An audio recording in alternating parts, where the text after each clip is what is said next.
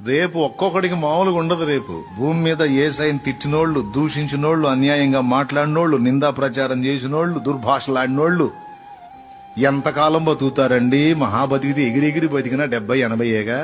ఇప్పుడు షుగర్ బీపీలు దెబ్బకి ఇంకా పెందలాడే.